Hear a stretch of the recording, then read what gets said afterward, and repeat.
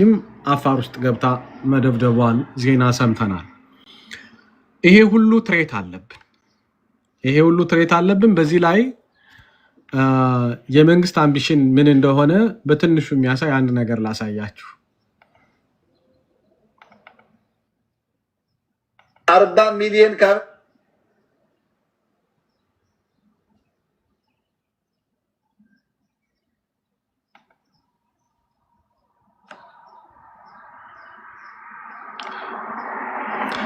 ሞዴሬተር ብዙ እንትን አታርጓቸው ከሚሳደቡት ውጪ። በውስጥ ቴክስት የምትልኩልኝ ሰዎች ብሎክ ተደረኩ ብላችሁ እንትን አሳርፉ። ራሳችሁ የተሳደባችሁ ምንድነው ሚውት ተደረኩ አትበሉኝ። ካልተሳደባችሁ እንትን አይሏችሁም። ኦኬ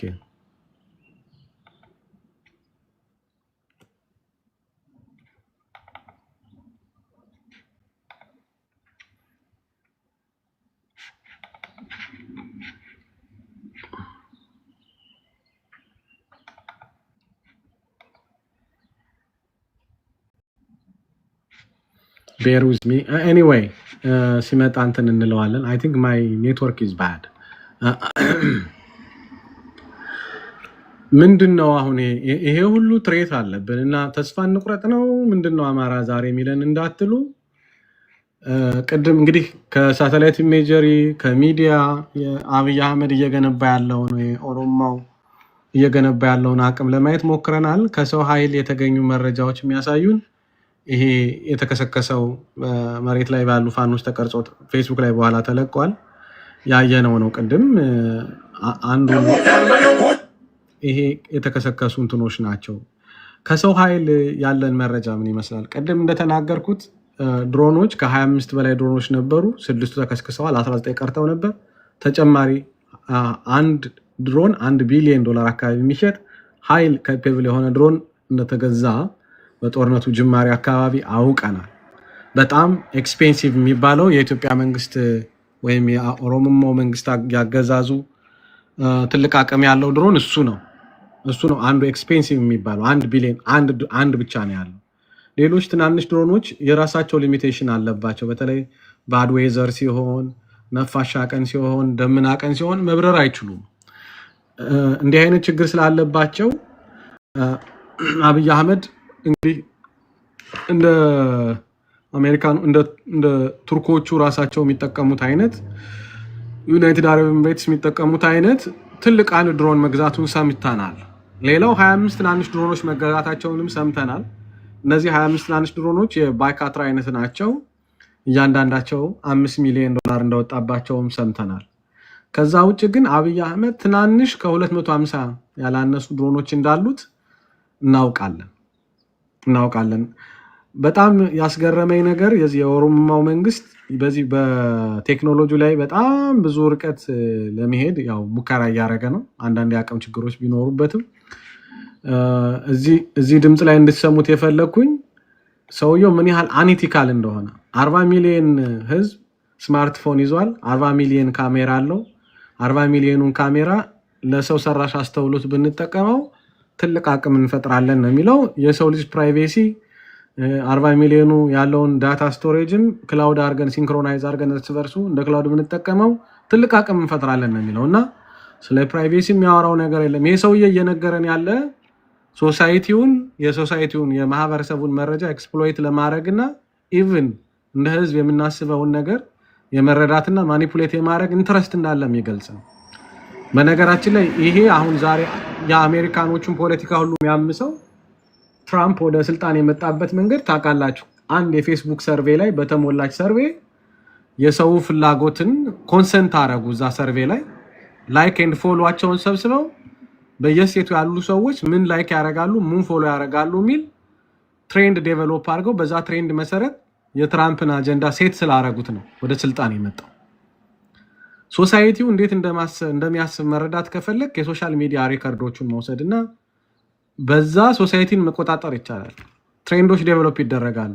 1 ሚሊዮን 2 ሚሊዮን 7 ሚሊዮን 40 ሚሊዮን አማራ የሚያስበውን ነገር ከሶሻል ሚዲያ ሪከርዱ 5 ሚሊዮን አማራ ሳምፕል ማድረግ ከተቻለ የአማራውን ኢንተረስት ማወቅ ይቻላል። የአማራው ጥንካሬ፣ የአማራው ድክመት ምንድነው ማወቅ ይቻላል። ይሄ በጣም ኤክስክሉሲቭ መረጃ በጣም አደገኛ አስተሳሰብ አብይ አህመድ እንደሚቀበለው እዚህ ቪዲዮ ላይ ይናገራል። 40 ሚሊዮን ካሜራ አለን ይላል። 40 why is this not working?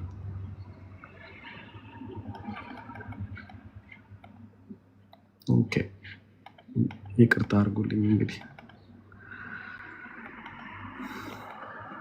እና ምን ወደ ምን እየመጡ ነው? ወደ መቆጣጠር። ይሄ ማህበረሰብን መቆጣጠር የተለመደ ትሪክ ነው። አይ ቲንክ ሲአይኤ የጻፋቸው አንዳንድ መጽሐፎች አይታችሁ ከሆነ ለምሳሌ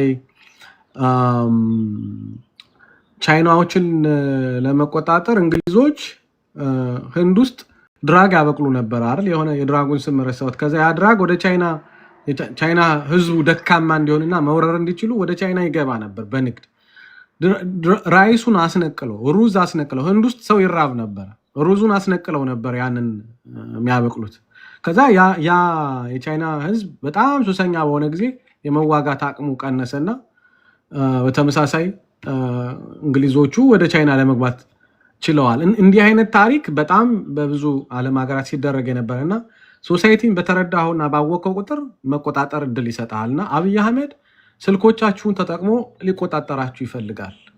በዛ ልክ ነው ኬፓቢሊቲ። ሌላው ቅድም ሳነሳ የነበረው ሚሳኤሎችን ሪሰርች የሚያደርግ ቲም አቋቁሞ አብይ አህመድ ሚሳኤሎችና ሮኬቶችን ዲዛይን ለማድረግ እየሞከሩ ነው። ሙከራዎችም ብቻ አይደሉም፣ 2-3 እንትኖች አድርገዋል።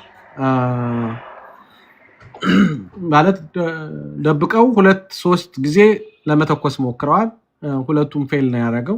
አይ ቲንክ ሶስተኛው ተተኩሷል፣ ግን የት እንደደረሰ ያወቁ አይመስለኝም።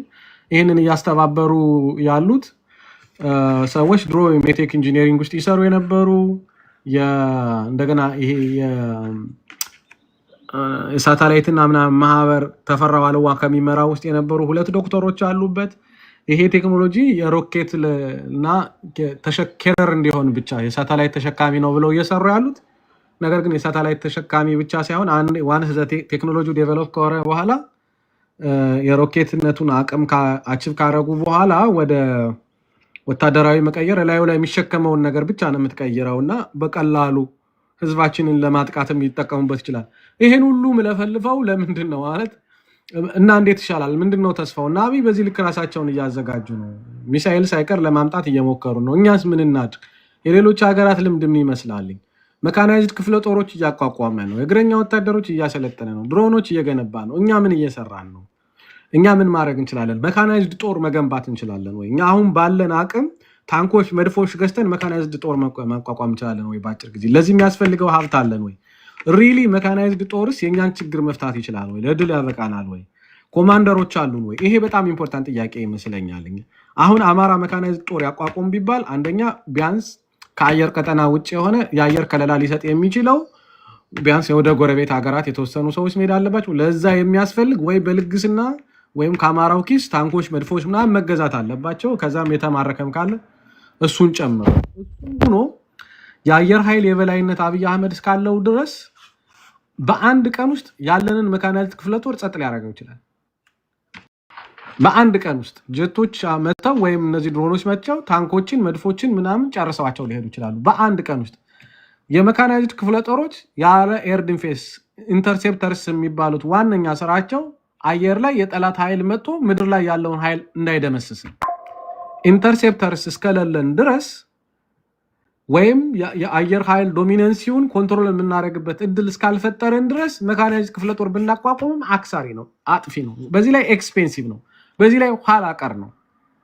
ዩክሬን ታንኮች፣ መድፎች ምናምን አይደለም ስትገዛ የምታዩዋት ወይም ልታበለጽግ ስታያት የምታዩዋት።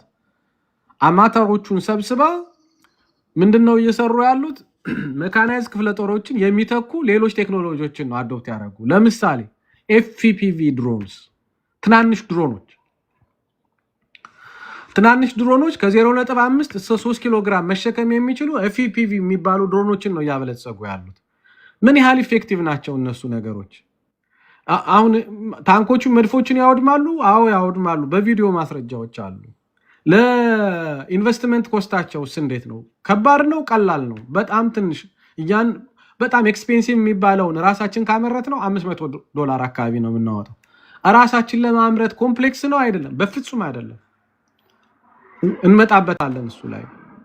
ዛሬ አንድ የዩኒቨርሲቲ ተማሪ ወይም አንድ የሃይ ስኩል ተማሪ ቤት ውስጥ ይሰራቸዋል። ቤት ውስጥ ዩክሬን የሚያመርቱት ኤክስፐርትስ ናቸው አይደሉም፣ በፍጹም። ስለዚህ ታንክ ከመግዛትና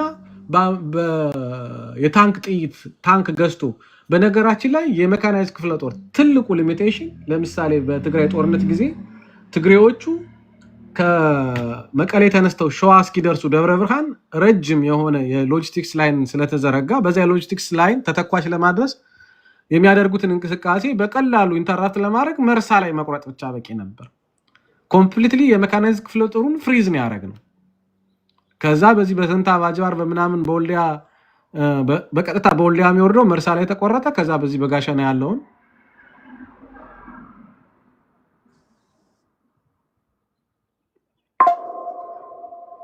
ኦኬ አንዴ ይቅርታ፣ የሆነ መረጃ የተላከልኝ ነው።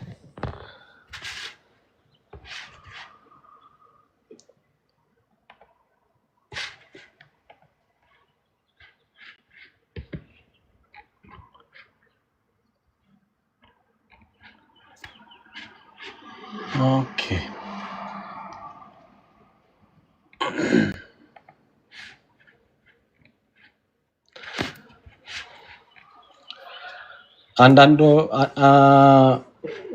አንዳንድ ወንድሞች የምትልኩልኝ መረጃ በጣም አሁኑኑ ይኸው ምናምን በሉኝ። እንትን ከሆነ ኢምፖርታንት ከሆነ አልፈዋለሁኝ ሳላየው ማለት ነው።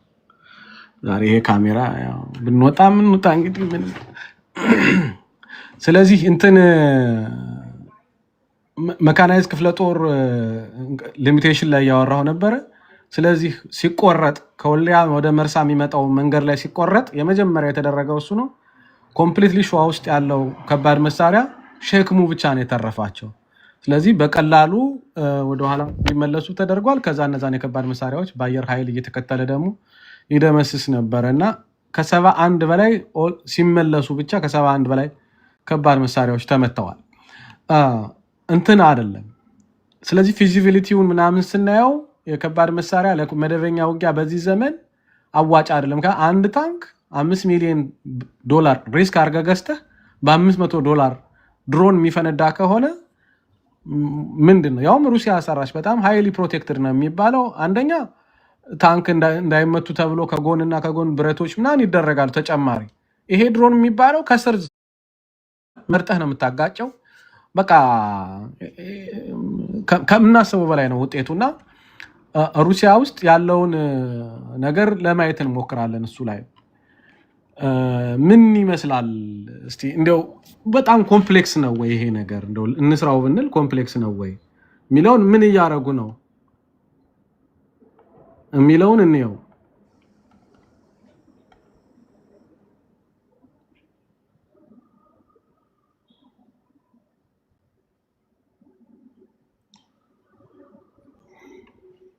Oh my God.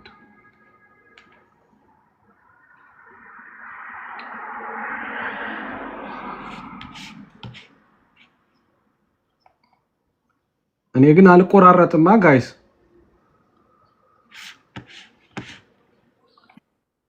አረ ከታች ቆራረጣለሁ። ፈራሁ እኮ ይሄን ኔትወርክ ሳየው። እንትን ተቋርጧል እና በታብሌት ሆትስፖት አድርጌ ነው ለኮምፒውተር እየተጠቀምኩ ያለሁት። አሁን ነው ኢንተርኔት ብላክ አውት አለን።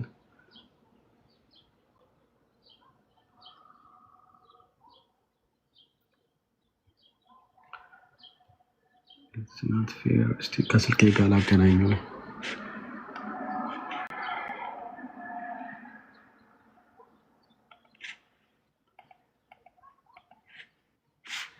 ኦኬ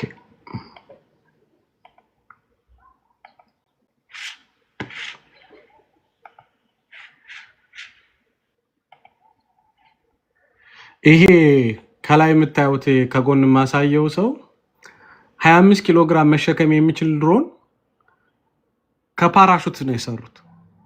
ሌላ ምንም አይደለም። ድሮኑ ስካውት ማድረግ ይችላል ማለት ሰርቬሊያንስ ይሰራል።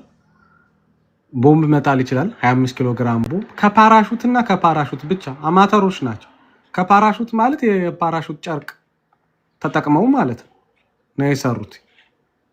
25 ኪሎ ግራም ነው መሸከም የሚችለው። ሎንግ ዊንግ በኖረው ቁጥር ከፍ ብሎ ለመብረርና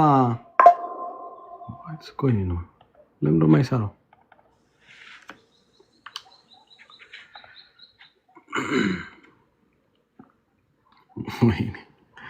አረ በጣም ብዙ ያላሳየኋችሁ መረጃ አለ።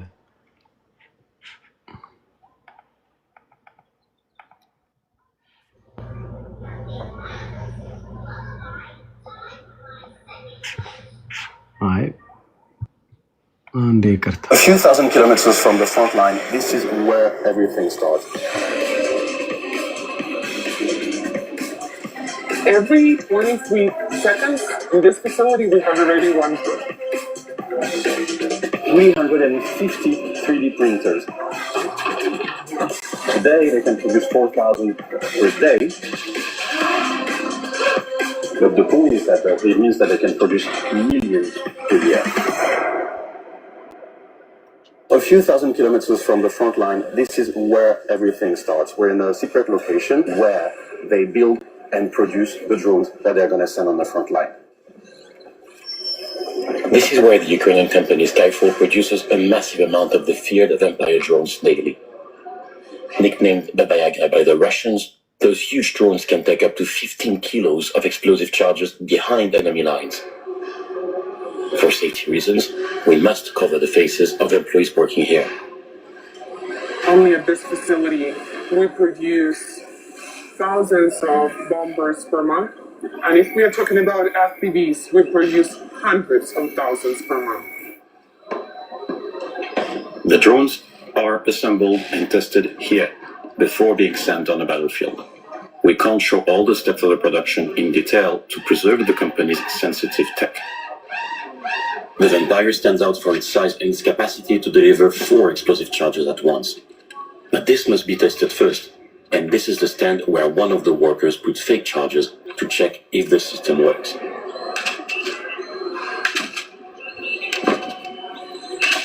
The other perk of the Vampire is this device on top to bypass Russian jamming. We can't reveal actually the details, for the technical solutions, because this is our own development and production for the signal system. The switching between different frequencies, trying to figure out the best solution even without the pilot. So this is the stuff that is smarter than me, I think. When we walk around, we're surrounded by security guys. This is how secret this place is.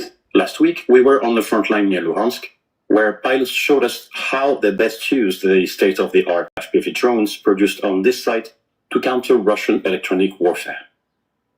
We also have a turning point at Ukrainian and I hope for the world battlefield Shrike 10 CV with computer vision feature that enables the pilot to log the target, and even being fully jammed and spoofed, the drone will hit the target successfully despite the strong wind, severe weather conditions, and so on. This solution has been already tested at the battlefield. We got positive feedback. One camera is to detect the moving vehicle, for example, or the target to strike at. So, and another camera is to give the pilot the picture actually what to lock. The pilot sees the target, for example, even that can be 1 kilometer far away.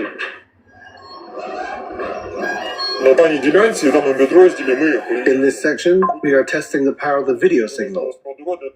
This is a very important component so that the drone operator can correctly see the image from the camera over a certain distance on the front. The company is also working on a model of Shrike waterproof drones that take off directly from the water, opening a whole new range of tactics against the Russians.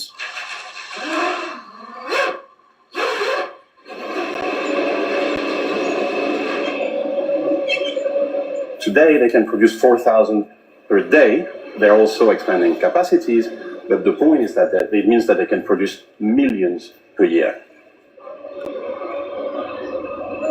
So every piece of FPVs that are going to be sent on the battlefield are literally printed here on these 350 3D printers. Those pieces are then brought to other rooms where hundreds of employees assemble them into FPV drones almost ready for battle.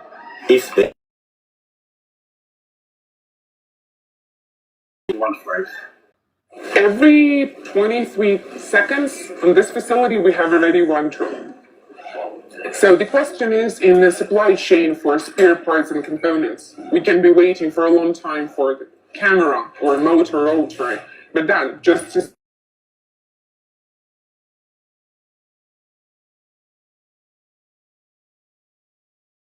production to tip the scales of the war in its favor. Such factories, now able to produce up to 5 million drones in a year nationwide, are the backbone of Ukraine's fight for victory. And the faster the production, the closer the victory for Ukraine. እንግዲህ ሌሎቹ ቪዲዮዎች ቅድም ያልኳቸው ስላልከፈቱ ሌሰን ለርት ላይ ያለውን ቪዲዮ ነው ያጫወትኩት። አማራው ከዚህ ቪዲዮ እንደሰማችሁት ኤፍፒቪ ድሮኖች የሚያመርት አንድ ባልታወቀ ቦታ ላይ ዩክሬን ውስጥ ያለ ጀስት ቫምፓየር የሚባል አማተርስ ሞቲቬትድ ካምፓኒ ነው። ካምፓኒው ማየት የምትፈልጉ ልጆች ዩናይትድ ሚዲያ የሚል አለ፣ እዛ ላይ በደንብ አለ። ሊንኩንም ሼር አረጋችኋለሁ። እዚህ ላይ ያየሁት ነገር የሚሰሯቸው ድሮኖች ኤፍፒቪ ድሮኖች ናቸው። ኖርማሊ 3ዲ ፕሪንተር ነው የሚጠቀሙት። ከ350 በላይ 3ዲ ፕሪንተሮች አሏቸው። አንድ 3ዲ ፕሪንተር ባይዘ በጣም ኤክስፔንሲቭ የሚባለው $500 ነው። በጣም ኤክስፔንሲቭ የሚባለው $1000 ምናምን የምታወጡት በጣም ትልልቆች ናቸው። አሁን እየተጠቀሙት ያየናቸው $350 $400 የሚሸጡ 3ዲ ፕሪንተሮች ናቸው። 350 3ዲ ፕሪንተሮች ኤቭሪ 23 ሰከንድ አንድ ድሮን ያመርታሉ። ተገጣጥሞ ከዚህ ፋሲሊቲ ይወጣል። ምን አይነት ዩኒት ነው ያላቸው? የዲዛይን ዩኒት አላቸው፣ የፕሪንቲንግ ዩኒት አላቸው፣ የአሴምብሊ ዩኒት አላቸው፣ የቴስቲንግ ኤንድ ኮሚሽኒንግ ዩኒት አላቸው። አማተሮች ናቸው ተሰብስበው ይሄን እየሰሩ ያሉት። ሁለት አይነት ድሮኖች ነው የሚያመርቱት። አንደኛው እስከ 5 ኪሎ ግራም መሸከም የሚችል መልቲኮፕተር የሆነ ብዙ ከላይ የሚሽከረከሩ እነዚህ እንትኖች አሉት። ይሄ ምንድነው የምንለው? ይሄ ተርባይን የሚመስለው ከላይ የሚሽከረከረው ነገር ያለው መልቲ ብዙ ያሉትና ኳድሮኮፕተር የሆነ ደግሞ 4 ብቻ ያሉት በፍጥነት የሚሄዱት እነዚህ አርሲ ድሮን የሚባሉት በብዛት እያመረቷቸው ነውና በአንድ አመት ሚሊዮኖች እንግዲህ በየ23 ሰከንዱ አንዳንድ ድሮን ያመርታሉ። ምን ማለት ነው? ማለት አሁን ዩክሬን ከገጠማት ጠላት አንጻር በጣም ግዙፍ፣ ልክ አሁን እኛ አብይ አህመድና እኛ ያለ ልዩነት እንዳይነት በጣም ያኛው ኒኩለር የታጠቀ ቢሆንም በጣም ግዙፍ ሚሳኤሎችን፣ ታንኮችን፣ መድፎችን ምናምን የታጠቀ ነውና አንደኛ ፍሮንት ላይነር ላይ ያሉ ሰዎችን ደህንነት መጠበቅ የምትችለው ድሮኖቹ ሰው ሁሉ ሀንት አድርገው ሄደው ሰው ይመታሉ። ሀንት አድርገው ጀርባው ላይ ሄደው እንትን ይላሉ። እጁን ሲሰጥ ሁሉ ቪዲዮዎች አሉ፣ ከከፈቱ አሳያቸዋለሁ። መኪኖችን ያጠቃሉ፣ ታንኮችን ያጠቃሉ እና በሚሊዮኖች ነው እያጠቁ ያሉት። እና ዩክሬን 2 ሚሊዮን ድሮን በ2024 ብቻ አምርታለች። 2 ሚሊዮን ድሮን ዶሜስቲካሊ ነው ያመረተችው። ሎንግ ሬንጅ ድሮኖች ደግሞ ወደ 3000 ኪሎ ሜትር የሚሄዱ ድሮኖችን በራሷ ሰርታለች። ወደ 1864 ማይል የሚሄድ ደግሞ ረጃጅም ድሮኖችን ሰርታለች። በጣም ደሞስ ኮመን የምትጠቀመው ድሮን ኤፍፒቪ ቅድም ያያቸዋቸውን ድሮኖች ሲሆኑ ከዛ በፊት ግን DJI Mavic 3 የሚባል የቻይና ድሮን $1000 እየገዛች ነበር የምትጠቀመው። እነዚህን ድሮኖች ማነው እየሰራቸው ያሉት? ፋብሪካ አይደለም፣ ራሳቸው ታጋዮቹ ናቸው እየሰሯቸው ያሉት። አንድ ፋሲሊቲ ኦርጋናይዝ አድርገው ስም ሰጠው ታጋዮቹ። እኛ ለወንድሞቻችን የሆነ ቴክኒካሊ ዲዛይን የሚያደርግ የተወሰነ ቡድን ከሰጠናቸው እና ካሰለጠንን መሬት ላይ የተወሰኑ ድሮኖች ፕሪንት ማድረግ የሚችሉ የተወሰነ 3D ፕሪንተርስ 500 ይሁን 100 200 ይሁን 10 3D ፕሪንተር ዴሊቨር ማድረግ ከቻለን ይሄንን ፕሮሲጀር አዶፕት ካደረግን አሴምብል ማድረጉን ቴስት ማድረጉን አዶፕት ካደረግን የተወሰኑ ካሜራዎች ምናምን ገዝተን ኮንትሮለር ከላክን ይሄን ኬፓቢሊቲ ማንይዝበት ምንም ምክንያት የለም። የተለየ እንትን አይጠይቅም። ዛሬ የድሮን ዲዛይን አንደኛ በቀላሉ መሰራት ይችላል። በቀላሉ መሰራት ይችላል ስል እንደው ዝም ብሎ እንትን አይደለም። ድሮን ለመስራት የሚያገለግሉ ሶፍትዌሮች አሉ በደንብ በቃ ለዚህ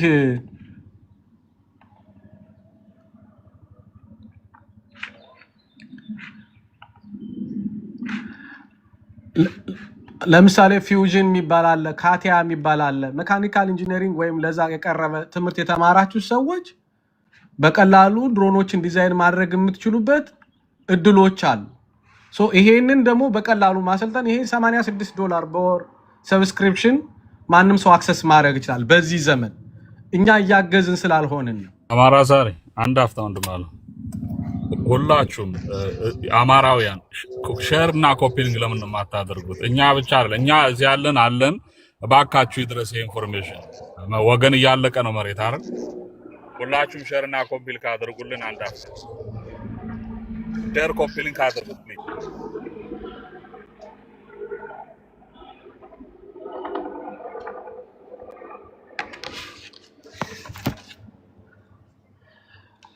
so ወንድሞቼ ምን ለማለት ነው ዛሬ አንድ ግለሰብ መኪና ዲዛይን ያደርጋል እንኳን ድሮን በጣም ብዙ ፓርትስ ያሉትን መኪና እንኳን ዝም ብሎ ለአማተር ለሆቢ እንኳን ይደረጋል ለማለት ነው ምነግራችሁና ቴክኖሎጂው አለ ትንሽ ቴክኖሎጂ ቀመስ የሆናችሁ ሰዎች ኢንቮልቭ ብታረጉ በአጭር ጊዜ ሪሰርች ዊካን እንትን ማድረግ እንችላለን ለምሳሌ አማራ ዛሬና የሚያግዘው አማራ ዛሬ በሆቢው እና የሆኑ የሚያግዙኝን ማውቃችሁን ሰዎች ምናምን በቀላሉ ቴክኖሎጂውን አዶፕት ማድረግ እንችላለን ሶፋር አማራ ዛሬ በሆቢው እንኳን እዚህ ድረስ መምጣት ችሏል ፕሪንት መደረግ የሚችሉ ትናንሽ የድሮኖችን ዲዛይን ማድረግ just I'm not mechanical engineer በነገራችን ግን በጣም ያሳስበኛል ነገ ወንድሞቼ ትልልቆቹ ወንድሞቼ ወደቁ ሲባል እንትን ማለት አልፈልግም ማዘን አልፈልግም ተወልጄ ባደኩባቸው አካባቢዎች በየቀኑ ሰው እየወደቀ ነው የተጨፈጨፈ ነው ሰው ህዝባችንን መከላከል የምንችለው ያለንን ሁሉ ኢነርጂ እዚህ ላይ በመዋል ነው ስለዚህ ለዚህ ቴክኖሎጂ ሊሚቴሽን ሆኖ የመጣው አንደኛ አለማሰብ በቀናህነት ይቻላል ብሎ አለማሰብ ነው ይቻላል ይያልኳችሁ ነው ለዚህ ማስረጃ ለምሳሌ አሁን የምታዩትን ዲዛይን ፊውዥን በሚባል ሶፍትዌር የአውቶዴስክ ምርት ነው የተሰራው ሃንድ ሜድ አንድ ግለሰብ ነው የሰራው ምንም እንትን አይደለም የሆነ ውስብስብ ነገር አርገው አምሯችን ውስጥ የሳሉብን አለማወቃችን እንጂ ቀደም ያያችኋቸው ሲገጣጠሙ ያያችኋቸው ድሮኖች ፍሬም ይሄ ነው አሁን አማራ ዛሬ በራሱ ዝም ብሎ ኢኒሺዬሽን ወስዶ ዝም ብሎ እንትን ያለው ነው አሁን ይሄ ራሴን ለመሸጥ እየሞከርኩ አይደል በጣም ተራ ነገር ነው ጊዜያችሁን ብትሰሩ የአማራ ልጆች ከዚህ በላይ ዴሊቨር ታረጋላችሁ ከዚህ ይሄ ነው ፕሪንት የሚደረገው እዚህ ላይ ነው ኤሌክትሮኒክሶች እየተገጠሙ እየወጡ ያሉት እንግዲህ ዋን ማን ካን ዴሊቨር ዲስ በርግጥ ወንድሞች አሉ በብዙ ነገር የሚያግዙ በሐሳብ በመናምን ኢማጂን ብንተባበር አማራ ዛሬ 3D ፕሪንተሮች በብዛት መሬት ላይ ብናደርስላቸው እነዚህን ዲዛይኖች መሬት ላይ የተሻለ አርገው እንዲሰሩቹ ብናስተምራቸው ብናሻሽላቸው ፋይናንስ ብናረጋው ይሄን ፕሮጀክት አብይ አህመድን ሬዚስት ለማድረግና ወንድሞቻችንና ህዝባችንን ለመከላከል በጣም ቀላል ነው ነገር ግን አሁን ዘፈኑና ጀብዱ ላይ ነው እንጂ ያለ ነው ፕራክቲካሊ ፕራግማቲክ ሆነን ያለንበትን ሁኔታ እየገመገምን አይደለም በጣም ትንሽ ሪኳየርመንቶች ነው የሚያስፈልጉን ዲዛይን ሪኳየርመንት እና ክራይቴሪያ ማውጣት ዴቨሎፕ የተደረጉ አሉ ወደፊት ምናረጋቸውም ካሉ ከፔይሎድ ከመሸከም አንፃራ መስራት እንችላለን እሱ እድሜ ላይ አይዘመን በጣም ቀላል ነው ከዛ ዲዛይን ድሮይንጎችን ማዘጋጀት ነው ቅድም ባያችሁት መንገድ ዲዛይን ድሮይንጎቹ ይዘጋጃሉ ከዛ ኤሌክትሪካል ዲዛይኖች ይሰራሉ ፍሬሞቹ ካለቀ በኋላ ሞስት ኦፍ ኤሌክትሪካል ዲዛይኑ በጣም ሲምፕል ነው ኦሬዲ ሞተር መግጠም ተርባይኑን መግጠም ይሄ ፕሮፔለሩን መግጠም ከዛ ኮንትሮለር መግጠም እንዲ ነው ሌላ የተለየ ነገር የለውም ማአት ዩቲዩብ ቪዲዮ አለ ለዚህ አሴምብሊ ማድረግ ያ መገጣጠሙ ነው ከዛ ቴስት ማድረግ ኮሚሽን ቅድም ያየነው ሂደት ይሄንን እያንዳንዱ ስራ አንዳንድ ወር ቢፈጅ በአራት ወር ድሮን ፍሊድስ ማዘጋ ፕሮቶታይፖች ተመርተው በአራት ወር መውጣት ይችላሉ በአጭር ጊዜ ውስጥ እኔ ጋር ያለው ባይ ዘ ዌይ ለፕሮቶታይፕ ሬዲ ነው። ለምሳሌ እኔ ጋር ያለው ዲዛይን ለፕሮቶታይፕ ሬዲ ነው። እቃዎችን ገዝቻለሁ። 3D ፕሪንት ማድረግ ኦርደር አድርገናል። ፕሪንት አድርጎ እንዲያመጣው ምንድነው አማራ ዛሬ ለምን ይዞት መጣ? ይሄን ስንል አሁን አማራ ዛሬ በሚያደርገው ኢፈርት ብቻ ወይም የተወሰኑ ሰዎች በሚያደርጉት ኢፈርት ይሄ ነገር አይቀየርም። ዩክሬን በሚሰሩበት መጠን እንደ ፋብሪካ መሬት ላይ በብዛት መሰራት አለበት። ለዚህ አማራው ምን ያስፈልገናል? we have to sponsor ቴክኖሎጂ፣ ጊዜ፣ ገንዘብ መስጠት አለብን። በቃ ይሄን ፕሮጀክት ስራዬ ብለን መሬት ላይ እንዲሰራ ማድረግ አለብን። በየቀጠናው ወሎ ውስጥ፣ ሸዋ ውስጥ፣ ጎጃም ውስጥ፣ ጎንደር ውስጥ ትላልቅ ስቴሽኖች ሊኖሩን ይገባል። ለምንድነው አማራ ዛሬ ይሄን ፐብሊክሊ የምታወራው? የተደበቀ አይደለም። ቴክኖሎጂ is on the air on the digital media በደንብ አለ። ይሄ ስንፍና ነው እንጂ ያዘህ እኔ ባልናገር ዝም በማለታችን ይሄን ነገር እንግዲህ ቆይቶ ዝም በማለታችን የተቀየረ ነገር የለም። ይሄን ልስራ ብሎ የሚመጣ ሰው አሁን ግን ብዙ አማራዎች እንድትነቁ ነው። ትችላላችሁ። መሬት ላይ እየሰሩ ያሉት ነገር መሬት ላይ እየተሰራ ያለው ነገር አሁን የእንትኑን ሄዳችሁ ብታዩ አሁን የዩክሬንን እና የሌሎች አገራትን ልምድ ሄዳችሁ ብታዩ በቃ ትችላላችሁ። ማድረግ ይቻላል። በጣም ቀላል ነው። ማድረግ ይቻላል ሳይሆን በጣም ቀላል ነው። ነገር ግን ይሄን አስቦና ሰዎችን አስተባብሮ ዴሊቨር ማድረግ ነው ያቃተ። ስለዚህ ብዙዎች አማራ ነቅታችሁ አብይ አህመድ ይሄን ማስቆም ይችላል? አይችልም። 3D ፕሪንተሮችን የኢትዮጵያ ድንበር ሰፊ ነው፣ ማስገባት ይቻላል። ሞተሮችን ማስገባት ይቻላል። ሶ ሜኒ ዌይስ አለ። ፕሮፔለሮችን ፕሪንት ማድረግ ይቻላል። ፍሬሙ እዛው ነው ፕሪንት የሚደረገው። የተወሰኑ ኤሌክትሮኒክሶች ነው የምናስገባው። ይሄን ብናደርግ እዚህ ላይ የምታዩዋቸውን ዩክሬኒያን አቺቭ ያደረጓቸውን ውጤቶች በሙሉ ማድረግ እንችላለን። ቪዲዮዎቹ ስላልከፈቱ ነው ያልጋሳየዋችሁ። ታንኮች ሲመቱ፣ ሰዎች ሲመቱ ነው የሚያሳዩ። የተለየ ነገር የለውም። ብዙዎቻችሁ እንትን ትላላችሁ።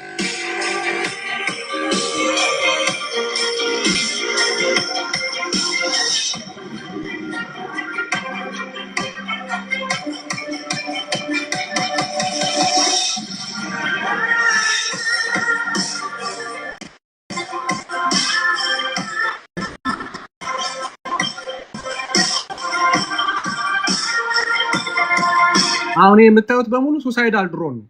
ታርጌት እየመታ ነው እየሄደ ከቤቱ ጋር እያጋጩት ነው።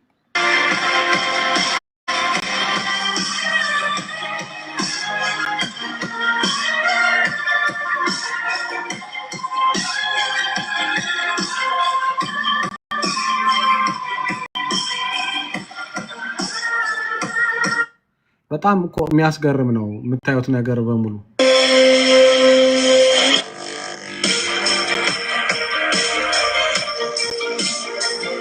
ይሄ ኦልሞስት ተመሳሳይ ነው። እኛ አሁን እንደው በቀላሉ